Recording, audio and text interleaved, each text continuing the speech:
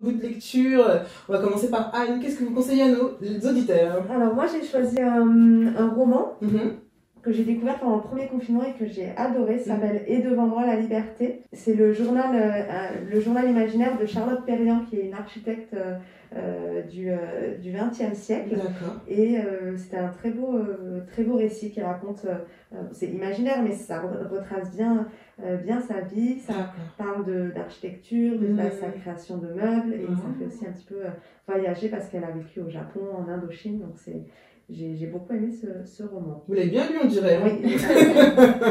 Je l'ai prêté aussi parce que je l'ai beaucoup recommandé. Donc il a vécu. Ouais, c'est clair. Vous nous redites le titre?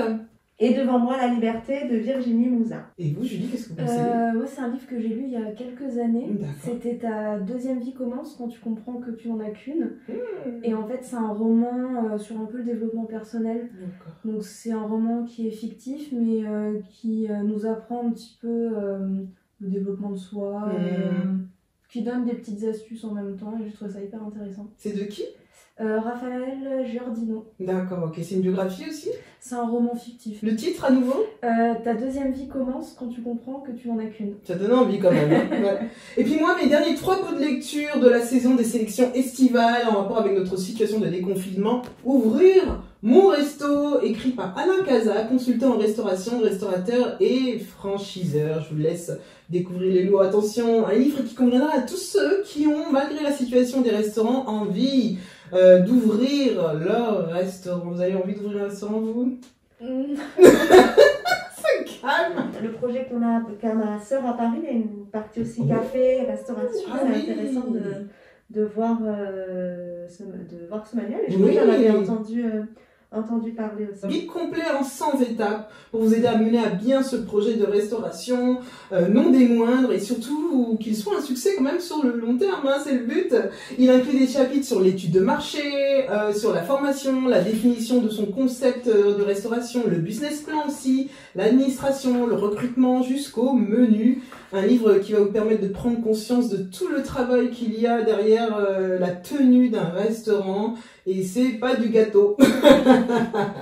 Voilà, disponible à 45 € en version brochée et PDF à partir de 59 € sur kazak.com, accompagné du site ouvrirmonresto.com où sont proposés des masterclass, des packs création et bien d'autres accompagnements. Savez-vous surfer avec les risques, mesdames, dans le milieu professionnel? Quand on est entrepreneur, on a des risques tout court.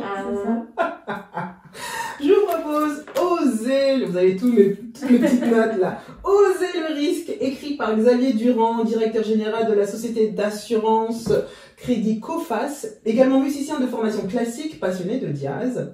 Alors c'est un livre que devrait lire tout professionnel, manager comme entrepreneur. Une édition qui vous donnera envie de mieux vous préparer à des situations telles qu'on vient de vivre depuis 1 an. Et qui vous poussera à ne plus être surpris par ce type de situation, par l'incertain, et à en tenir compte pour prévoir tout en restant flexible aux réalités de notre temps.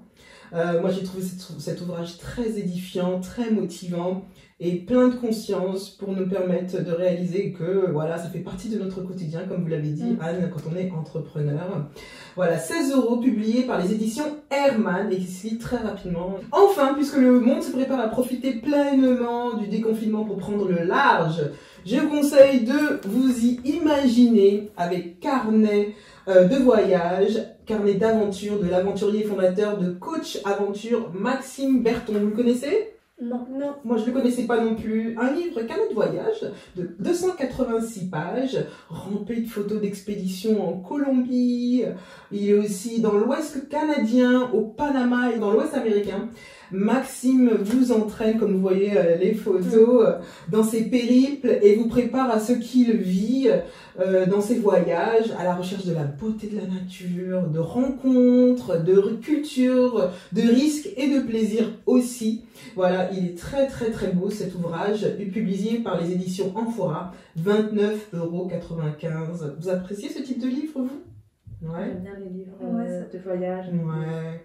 Des belles images, des histoires aussi de rencontres. Oui, c'est ça.